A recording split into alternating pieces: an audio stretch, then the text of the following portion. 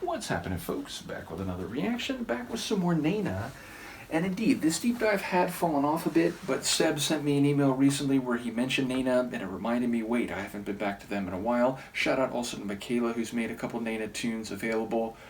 But yes, there is the suite of English language tracks that weren't on It's All in the Game that Seb made available that we will go through, and we did At the Movies last time. And the next one in the playlist is also from 1984, and it's called Hangin' On You.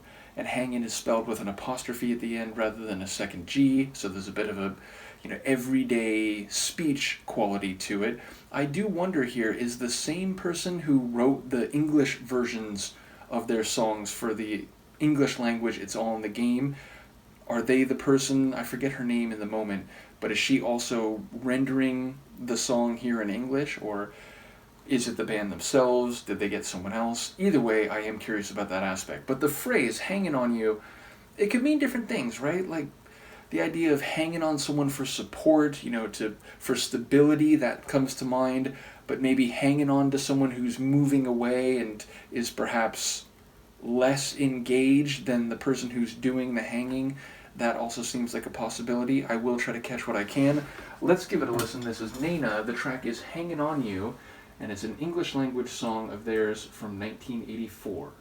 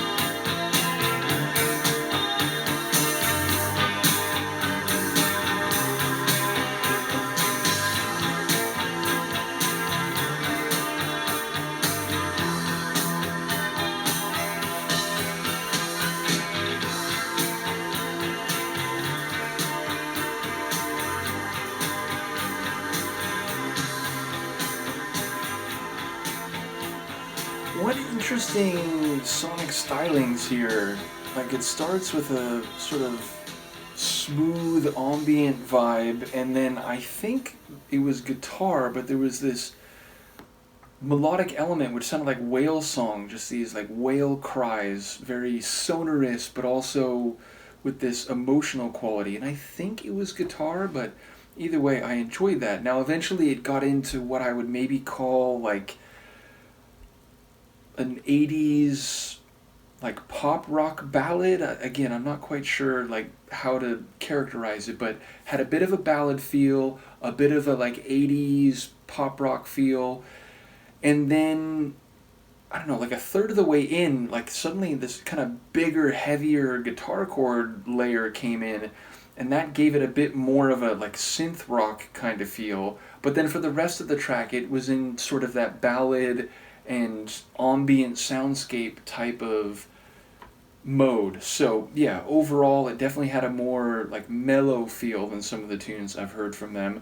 But I enjoy her vocals, like the lead vocals. You know, they have a pleading quality to them, and I'm curious because like the lyrics, okay, it's like she's been hanging on this person for a while, and then it's like she's got to run for her own life, which you know sounds a bit dire or intense, and then she's like waiting. What is it for the rest of the year, for the day, and there's like you know different time references.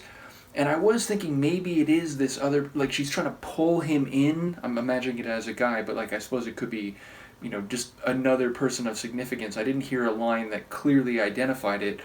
But yes, so it's like she wants to pull him in, but that would suggest he's not already, you know, firmly in her grasp or embrace. And so again, the idea of like hanging on someone who's maybe looking somewhere else or who maybe is not engaged to the degree that the narrator is, it felt like maybe that's what was happening here. So it feels like there's an emotional asymmetry. Nevertheless, again, I enjoyed the vibe of the tune. I enjoyed her lead vocals. I am curious about the lyrics if I'm kind of seeing that in the right way.